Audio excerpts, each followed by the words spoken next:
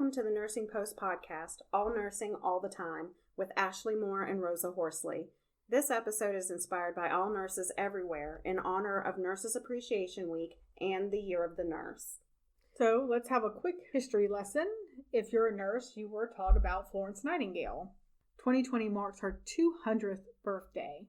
As the OG of nursing, Florence was known as the Lady with the Lamp. Her contributions to nursing were ahead of her time, from her improvements in sanitary conditions to forming her own nursing school. Nightingale was certainly a trailblazer. Thanks to Florence's work and achievements, people's view of nursing was transformed and became a respectable profession for women. Absolutely. So let's talk about some of Florence Nightingale's accomplishments, because it really does set the foundation for the basics of nursing. It does, yes.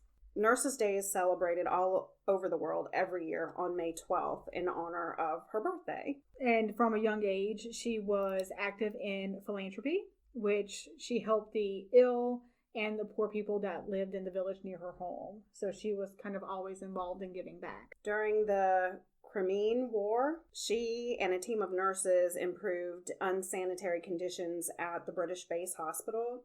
This greatly reduced the death count, and that's where she kind of got her nickname as Lady with the Lamp, because she was going around at night tending to her patients room to room with this lantern. Right. She also did a lot of writing, and her writing sparked worldwide healthcare reform. And in 1860, she established the St. Thomas Hospital and the Nightingale Training School for Nurses. So probably one of the first nursing schools. Ever. Mm-hmm. Ever. Yeah. And then on top of that, she made it her mission to improve hygiene practices, which includes hand washing. So we've been teaching hand washing since 1860. Right. And for some reason, we still have a hard time with that. Yeah, apparently with all the hand sanitizer that's now missing from the shelves. It goes back to soap and water. She was also a talented mathematician. And so what she did was actually use statistics to show how her thought process and her sanitation helped improve recovery rates.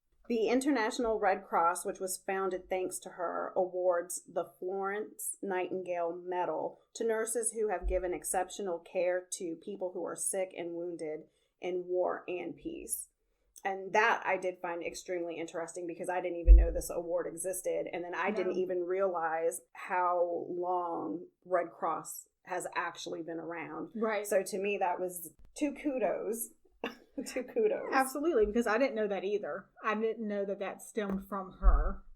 I didn't. I'm just astonished and amazed. And even more, as I had read, just kind of to refresh my memory, all of these things that she did, she was very mild-mannered and didn't really want a big fuss about her. You know, it's like, yeah, I'm doing what I'm doing. It's fine. I don't want a whole bunch of recognition. So to see all these things that have happened because of her, it's kind of amazing. From Still one practice. person. Yeah. Right. Still the basis of all nursing. Right.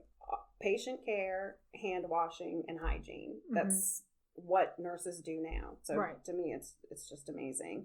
So since the time of Nightingale, things have changed. You know, we've had nurses shortage. The need for more nurses and shorter programs in different roles of nursing have had to happen because of it. And this is where, you know, nursing is not just registered nurse. Nursing is certified nursing assistants. It's licensed and vocational practical nurses, registered nurses, NPs, you know, your DNP. I never get it right. But that's what nursing entails. So in my opinion, to only include one particular nurse, I think we're doing all of the nursing field a disjustice, because we're a team, and each link of that chain is important. And if you don't have one, that chain is broken, and then what happens is the patient suffers in some way. Absolutely. You can't do one without the other. I totally agree. So some of the different roles in nursing are the certified nursing assistants.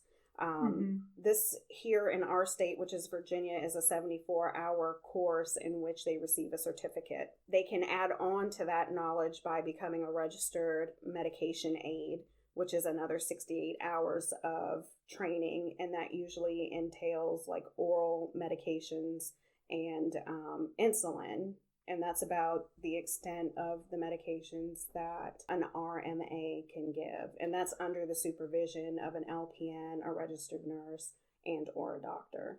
Those certificate programs can be obtained at night, or most of those are courses that you can take while you're doing your normal job to try to further your education and kind of one step up that career. Unfortunately, a lot of these people are underpaid though. They're underpaid.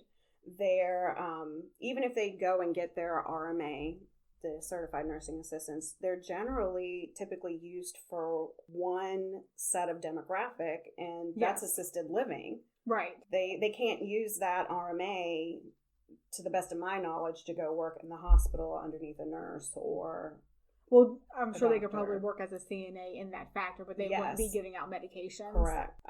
Their job is just so physically demanding. Most of the time they're understaffed. They're just so unappreciated. And I have worked with some of the best CNAs ever. And I have been a CNA, and to work from that standpoint and work my way up, it has given me a whole different appreciation. I don't think you understand that job unless you've done it, in my opinion. And maybe that's because I'm biased because I have done it. Yeah. But I feel like every nurse should spend an entire year, not just one semester, but an entire year working as a CNA. And so that way they get those fundamentals, because I see so many people that graduate from nursing school, they don't understand the time and effort that it takes. They say, oh, I appreciate them, and they very well may, but you get a different sense of appreciation. It's just like waiting tables. When you wait at tables, you tend to treat the people a little bit different when you go out to the restaurant. So same concept. I just can't say enough. They're just so underappreciated, and I've learned so much working with CNAs. Absolutely. They're your lifeline. They are. Let me tell you, when your hand's deep in a wound vac and you need some tape, just remember the last time they asked you to help turn a patient or feed someone, because it's going to come back. To the restroom. Yes. Right. Or toilet them or help them with a Hoyer lift. I'm telling you, remember that, because they're your lifeline when your hand's deep in a patient and you need tape or whatever else. It doesn't, it doesn't matter. It doesn't. And they're the ones that jump right in and help you, or, hey, let me know when you're changing that patient so I can assess and do whatever it is that you need to do. If maybe you need to do wound care, trust me, you want to do it as a team. You don't want to be doing it by yourself. So the next step up, or the next tier up, I guess, would be a licensed practical nurse. Right. So that's our profession, because we are licensed practical nurses, Ashley and myself. Yes. And that's been around for quite some time. And generally, it's a 12 to 18-month program. Yes. You get a certificate or a diploma. Sometimes it can be a 24 to 48-month program. It just depends on where you go. Right, and if it's a full-time or part-time program. I also feel as if we are underappreciated at times. Oh, yeah. I know when I went to nursing school, we were definitely very underutilized, as at that time, our hospital here was not hiring LPNs. They just didn't. No, and that has since changed, I think, just because shortages. There are shortages, and we are very capable and knowledgeable and can be trained. And we can work under the care of an RN and under a physician. So there's a lot of things that I think they see that we can do now opposed to maybe 10 years ago. Well, we're licensed professionals that are held accountable to the Board of Nursing. Well, just like they are. Just like the RNs and the NPs and we have to take just almost as many, if not CEUs. Yes, they are the same. Yeah, they're the I just renewed. They are the same. So we're in existence because the nursing shortage was so high at the time, and they just needed nurses who had hands-on practical skills to be out there tending to soldiers in war and healing soldiers, and that's why LPNs exist today.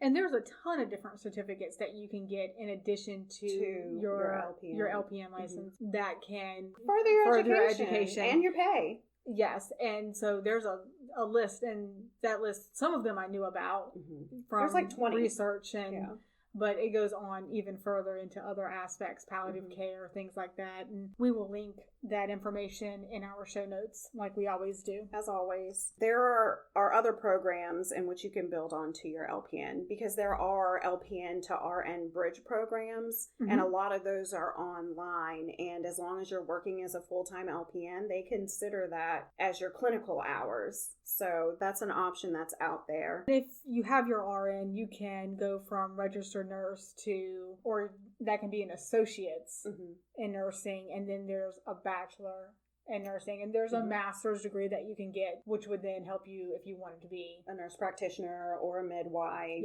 and the DNP, which is a doctorate in nursing. So we really wanted to, in honor of Nursing Week, and covering from CNAs all the way up to doctorates in nursing, is kind of talk about some things that I think no matter what part you're in can affect you. And it hits home a little bit, and just say that we recognize and hopefully get it out there so that other people recognize that we maybe needed to make some changes or hope for some changes. And one of the things is this wonderful mandatory overtime and hazard pay in nursing. Ever since I've been around, I've just always known about mandations. That's what we call them, mandations. Right. So I did a little Google search just to see if there's any like policy. Is there anything that says, hey, after a certain point you can't expect anymore? There's not.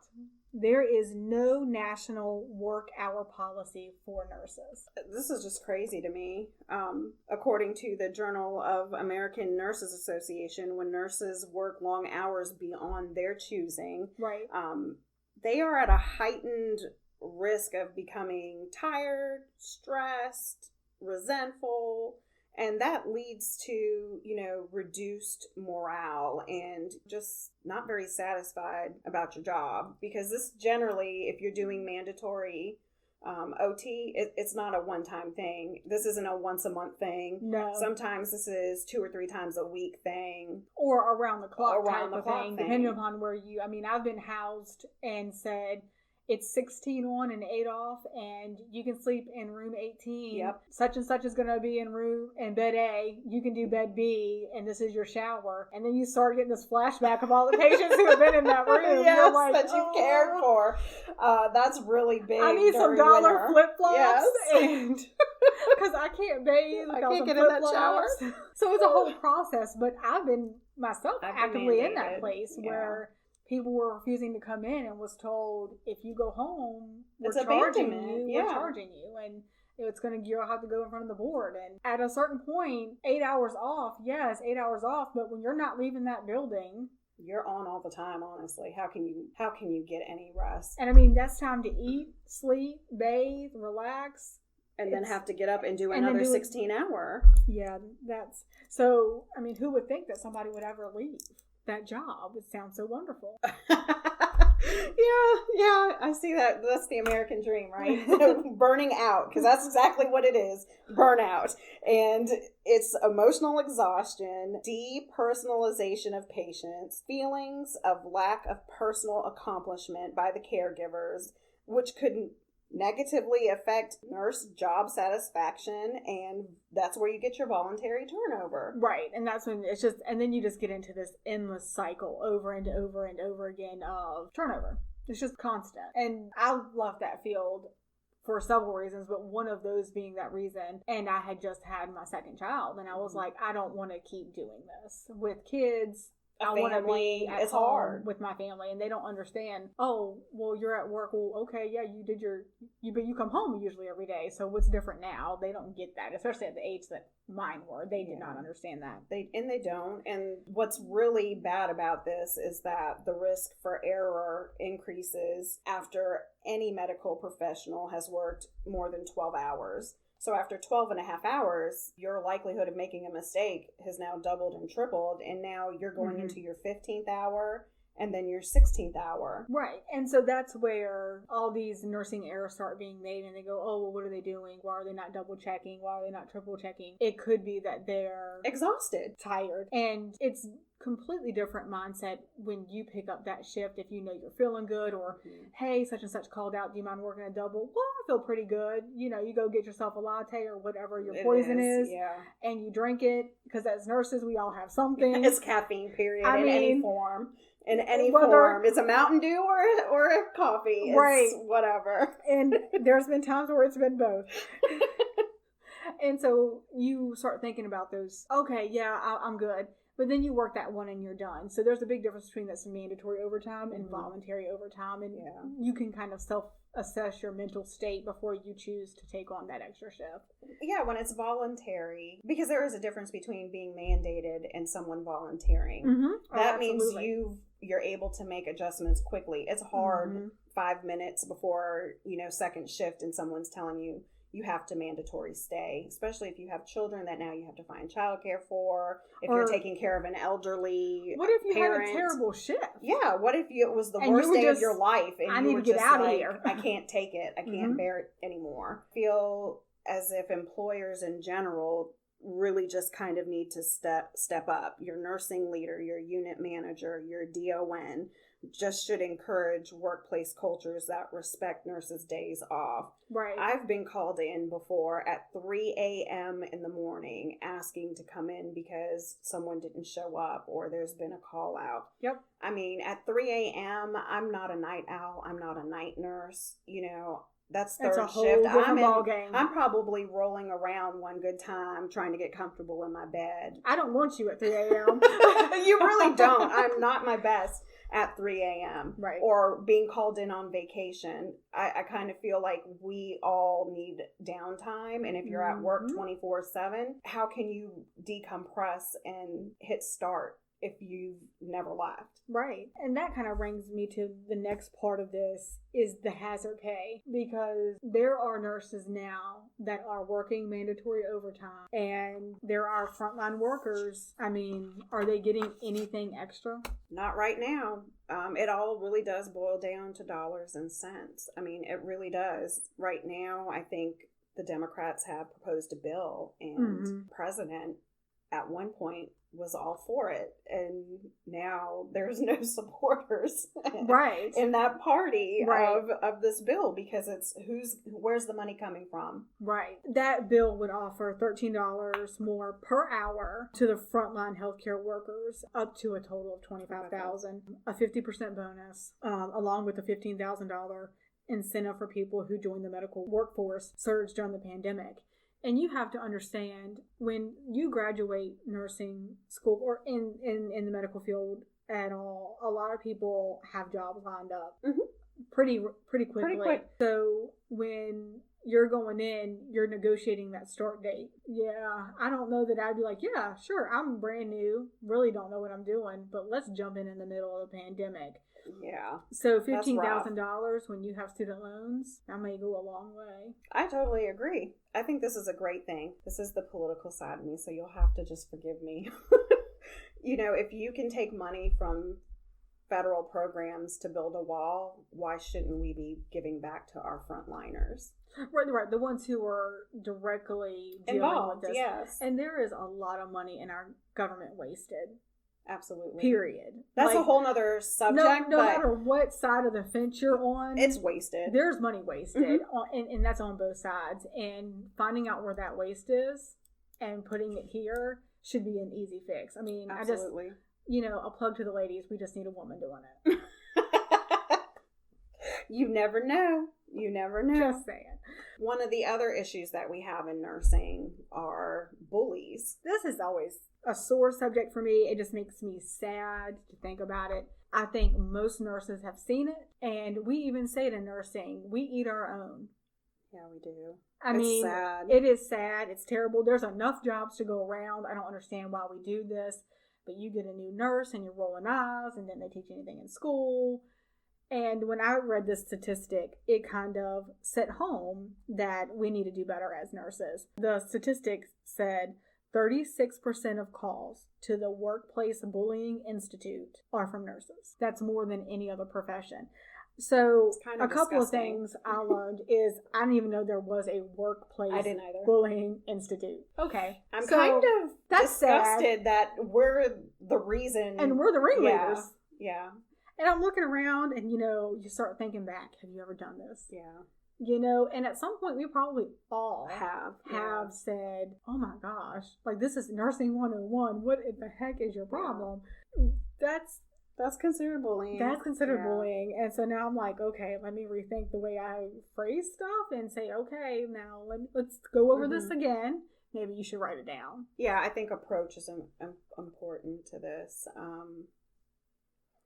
Back in the day, the military was no holds bar. They would literally eat you up and spit you out. Right. And it's unfortunate that we're not military. Not that it's okay there, but we've kind of taken that mentality of eating our young. Absolutely. And spitting them out. And in out. the military, there's at least a thought process that when you come back out, you're molded as something that they prepared want for war.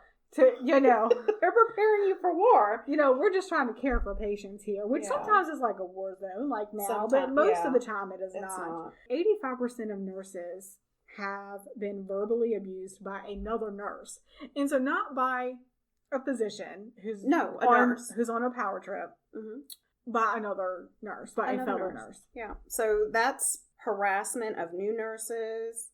And it causes a great deal of anxiety. It's hazing, bullying, name-calling, disruptive behavior. It's intended to be harmful. It's intended to humiliate, offend, and cause distress to whomever you're doing it to. Nursing environments are sometimes the perfect breeding ground for bullying. I would agree with that. Just because medicine is considered a high-stress environment. It is. There are decisions that need to be made quickly, and a patient's well-being is what's on the other end of that decision. Mm-hmm. So it can cause a high-stress environment without a doubt very easily. There's a big difference in being in a high-stress situation and going back to a person afterwards saying, I'm sorry. That was rude. I shouldn't have acted that way. I think sometimes the people...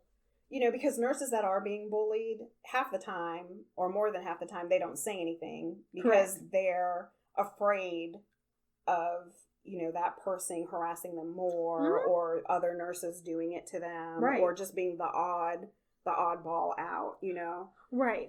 But, when you look at the statistics, if we actually get this out there, when you realize that 85% of nurses have been bullied. by another nurse, you're not alone. 60% of new nurses leave their first position within 6 months because of being bullied.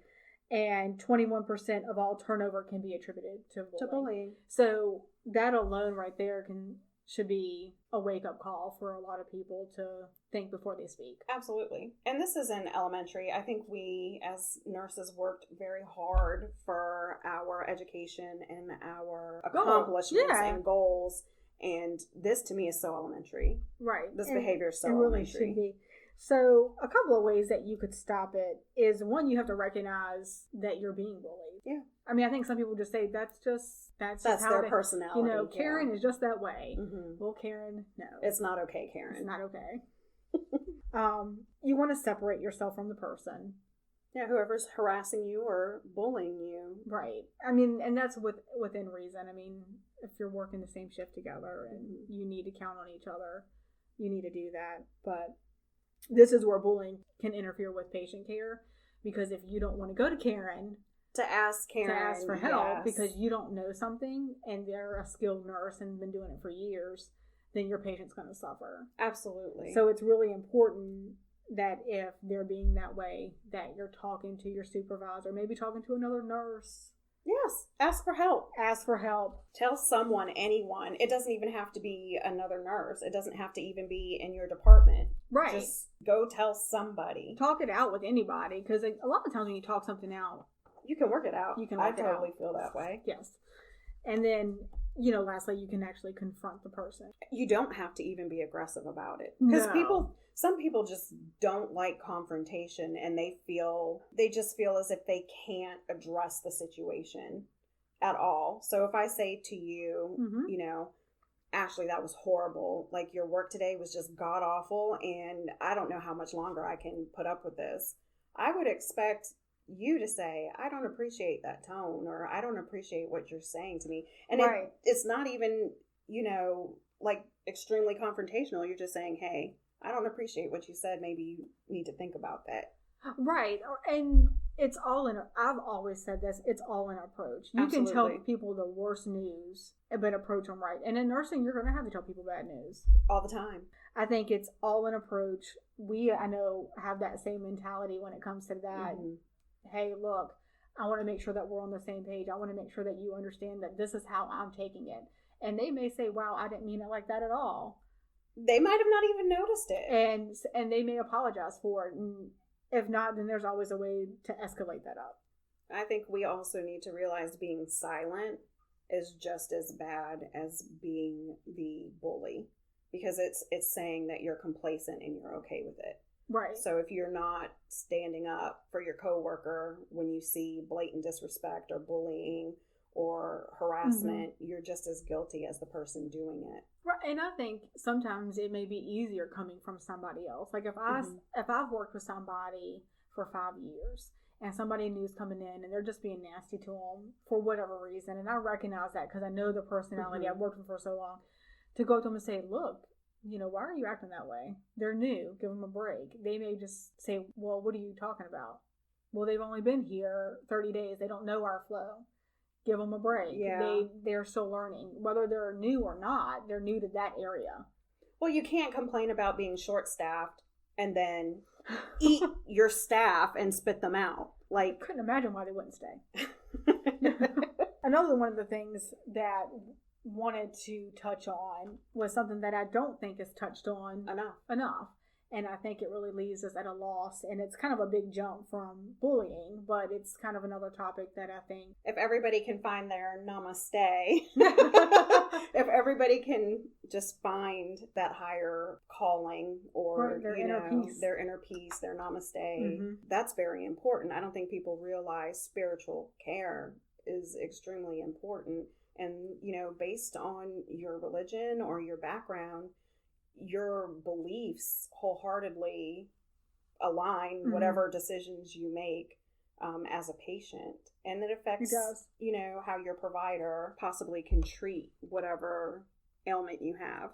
Right. And this was touched on very, very briefly when I went to nursing school. And that's been a little while ago, so I don't know if it's still touched on very briefly, but it was kind of one of those things you'll learn it when you're in the real world. Mm-hmm. It's more hands-on, and well, that didn't happen really either. So I have very limited knowledge when it comes to this. Got enough sense about me that if I don't know, I'll find out whether I have to do the research myself or talk to somebody. But I think that it's really hard when we're in a pandemic and we're facing a lot more people that are struggling with dying, or mm-hmm. maybe we don't know if they're going to live or not. That's kind of a completely different situation. This pandemic, this COVID-19, it came out of really nowhere, and it's changed how we've thought about everything. When you can't say goodbye to your loved one, mm-hmm. other than on FaceTime, that's hard. That's difficult. You can't hold their hand like you've been taught in nursing school to show compassion and be empathetic. No, and that's if you have a facility or a nurse who's using their personal phone mm-hmm. to connect you with that person.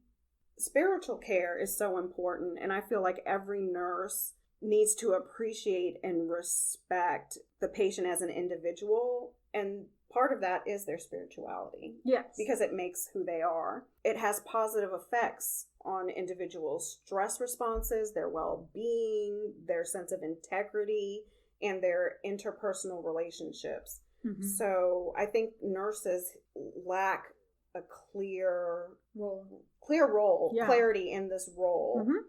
Because we weren't really taught about it in school. But I think that we know as healthcare providers, we're taught not to judge. And so I think that if we just go back to that basics with looking at the person and saying, okay, this person's here. It doesn't matter anything else. Their religious belief, whether they have it or not, does not impact me and the care that I'm going to give. Exactly.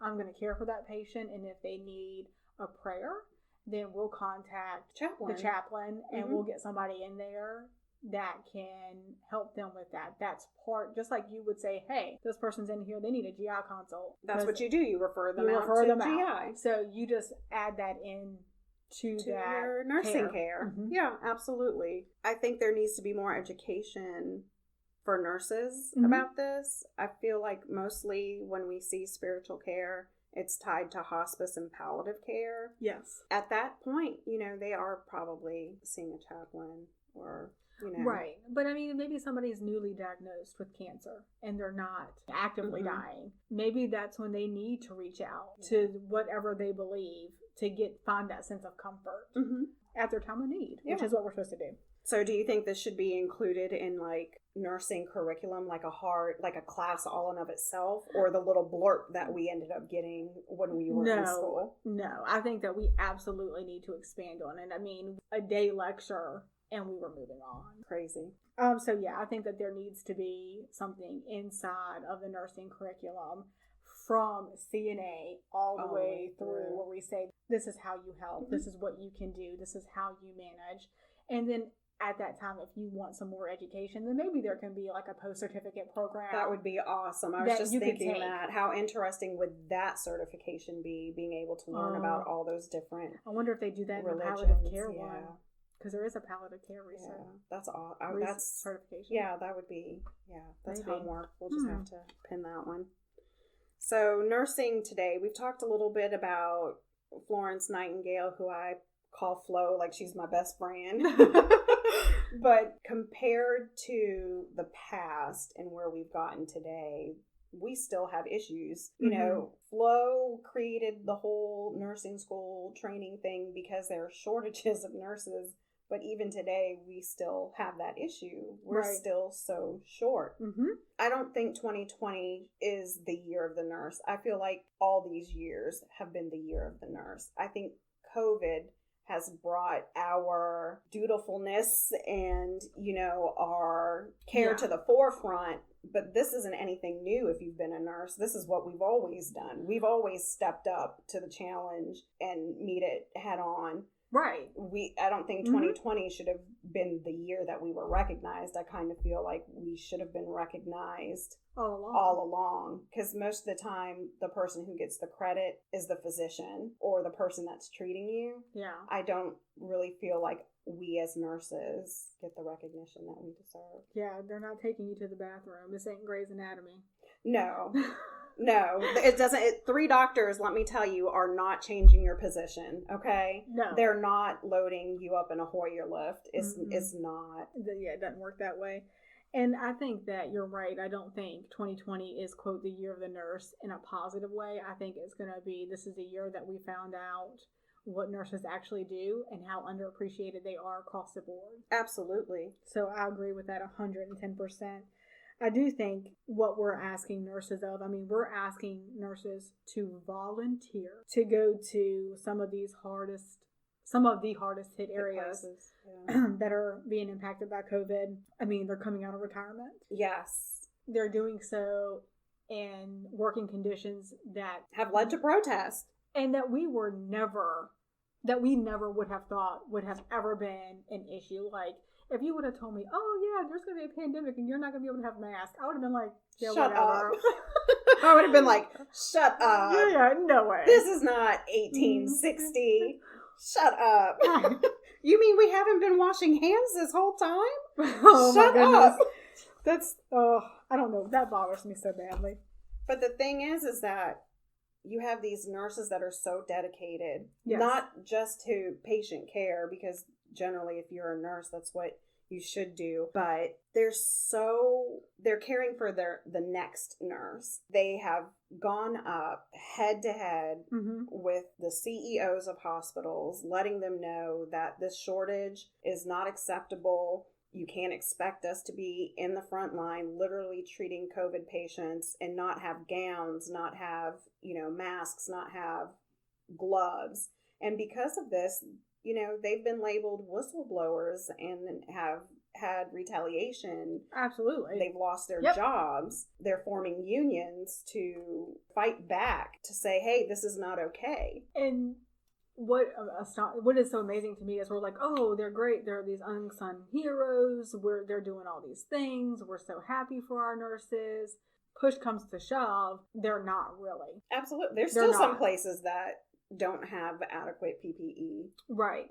And there's still, most of them, I can guarantee you, are still using the PPE in a way that it was not designed intended to be used. Absolutely. Which is one time. Anything but disposable. Yeah. One time use. But there are some great nurses who are out there trying to invent solutions to help with this, which I think is great. So there was a San Antonio nurse, which is out in Texas, who made homemade masks using AC filters, cotton fabric, or surgical drape, and swimmer's tape, and actually made like a N99. Yeah, not mask. An N95. Yeah, an N99. She upped her game. She MacGyvered it. Honestly. She did. She MacGyvered it. And now it can be used twice with the same sanitation equipment that they have in place that they're cleaning the N95s with. So, and then she's sharing. Yeah, she didn't keep it. She didn't say, I need to patent this. I need to make $1.15 off of this. She has shared this with everybody. Right. So that they can be just as protected. Exactly. Because that's what we want for our fellow nurses. Not to bully them, but hey, if you have an AC filter, some surgical drape, and some swimmer's tape, you're good. You're good. You're even better, because all MacGyver needs is a hand knife. What is that? One of those Swiss Army knives, and you can make it your own. Yeah. And so, looking ahead, once all this is settled, because it will settle eventually. Yeah, it'll be a new norm. It's definitely not going back. I think that the future of nursing is going to look a little bit different. I think that there's going to be a lot more nurses. Absolutely. I wonder if there's going to be a dip before they decide that they really want to come out. They're like, I'm not really sure I want to do that. Seeing all the, markings from the N95, and just so you know, in all that garb, you're hot. It is hot. It's like, I'm not putting on my mascara hot. Yeah, for what? It's gonna run anyway. It's gonna be so hot. It is not cute. It's gonna run. You are red. You sweat, and if your nose itches, it's over. You just have to redo the whole thing from scratch. If you touch your face, it's over. Yeah, it's over. So, nurses and midwives will make up more than 50% of the workforce in many countries. And that's 50%. That's half. I mean, that's a lot. And looking at just the U.S., the Bureau of Labor Statistics predicts that employment of registered nurses is projected to grow 12% from 2018 to 2028. And that's much faster than the average for all occupations. That's 200,000 nurses a year until 2026. And people won't stop getting sick. We'll always need nurses. Yes. Always. It's a great field for job security. Most definitely. And there's a plethora of different things that you can go into. You're not stuck in one field. Niche. And to me, it's a good thing. We wanted to kind of wrap this up with why we chose nursing or still choose nursing. Yeah, still choose nursing. So one of the things that I love about nursing is when patients come to me with a problem and I can actually fix it or help them with it. It really gives me a great sense of joy, and the patients are most of the time genuinely grateful for the help. And what I do with patients, I work with a rare disease called pulmonary arterial hypertension. And I work the outpatient side and love it, just because there's so many growing, I don't want to say problems, but there's always these different factors that play in, and changes and rules and regulations, and the medicines are hundreds of thousands of dollars, and patients will say, I'm just going to die because I don't have that in the bank. And, just working with them through it. Through that process, the medications, the prior authorizations. I'm letting everybody know right now, this is Ashley's jam. This is Ashley's jam. But that's what those patients help me get through the ones that have a sense of entitlement, because in the nursing field it's a 5-star hotel, and the call light is like a little, you leave the room and they're asking you for some ice. Like, I'm sorry, but need to go to the bathroom, and After you've already toileted them 4 times. Right. Yeah. So it's just kind of this constant balance between the ones who are the reason you're in it and the ones that make you question your sanity. Absolutely. Absolutely. I didn't always want to be a nurse when I grew up. I just thought I would be a teacher and I would just go save all the children. And that's what I thought. I had my associate's degree in education and I was a year in at uni, and I had a very rough pregnancy and I delivered preterm. The lady that was caring for my son had LPN on her badge, and I asked her one day, like, what is that? Like, why are you in NICU? Because I didn't even know what an LPN was. Right. They were phased out here. You didn't see them in the hospital, so I asked her, and she told me, well, it's a licensed practical nurse. She was basically saying I can do just about as much as a registered nurse does. I'm under their supervision. Right. And she told me, she became a nurse because her babies were born premature because she had twins herself. And I thought, man, that's pretty cool. It's a different way to give back. It's a different way to give back. So I decided to be an LPN. And a lot of people say, why didn't you just finish that last year of your teaching degree?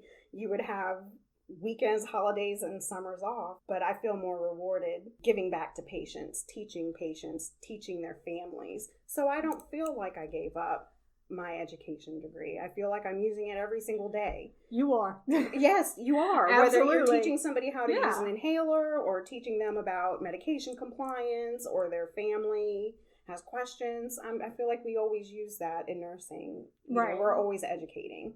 And that's kind of one of the things that I know. It's very structured. You lay it out very easily for the patient, so there's no gray area. And I think that that's huge. Yeah, I think it's awesome. Well, I think that wraps up today's episode. Yes. And I just want to thank all the nurses out there. We do appreciate you. You are appreciated. And this year, with every other year, is your year. Absolutely. Of course, you can visit our website for our show notes where all of our references will be listed. Please subscribe to our podcast, and you can follow us on Facebook, Twitter, Instagram, and YouTube. Thank you for listening to The Nursing Post.